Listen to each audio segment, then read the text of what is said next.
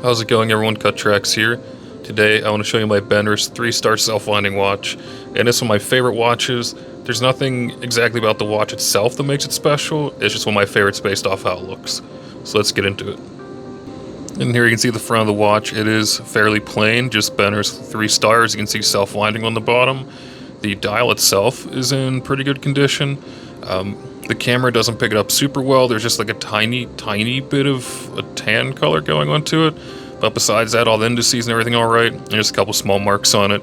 So you can see some of the lume did come off the hands there. But it's so old that you couldn't see it anyway. And it's more of a cosmetic thing for me anyway. I don't think I'll get it fixed. I'll just keep it like that. The case is, as you can see, 10 karat gold filled and is in very good condition.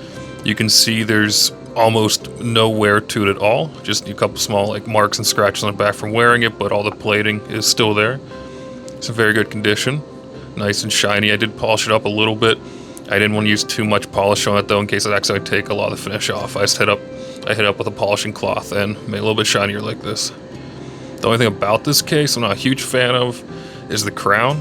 As you can see, it's recessed, and when you're setting the time, it's alright because it just pops out and you can do what you want with it.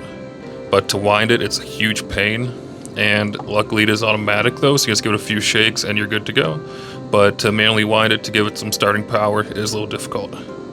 I don't have a lot of specs for this watch. I wasn't able to find too much about it. I did see some advertisements from the mid-50s that looked very similar to it, and it claimed it to be their waterproof watch.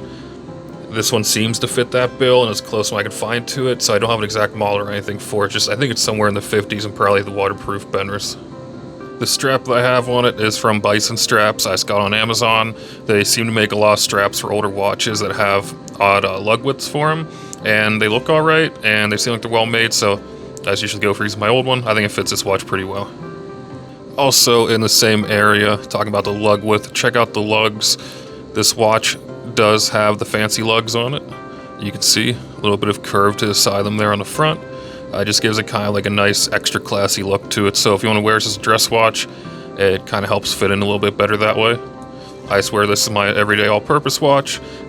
If it is from the waterproof Benrus collection, I don't wear it when it rains out, just so I don't do that with most of my vintage watches, because I don't want to take the risk, unless I have certain ones like my Movado that I have here we can talk about later, which I know is tested to be waterproof. I'm okay with this one being outside in the rain, but I want to make sure this Benrus stays nice so it just stays in its case whenever it's wet out. So let's take a look inside of it.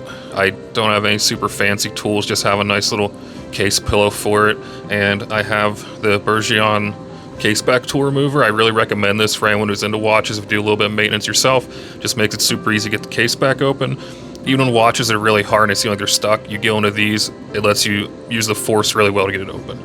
They're very simple. Just give the back of the case a twist, get it nice and loose, and you're good to go. And there we go. You can see the Benrus movement from the back there. And it is automatic, so you're seeing that rotor on top.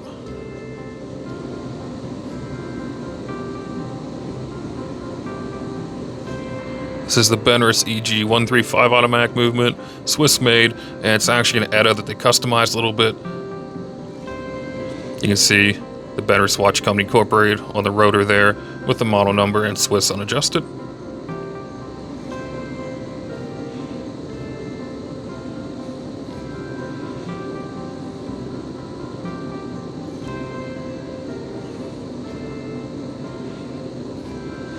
And this is really the first automatic vintage watch I got, which I think is part of the reason why I like it.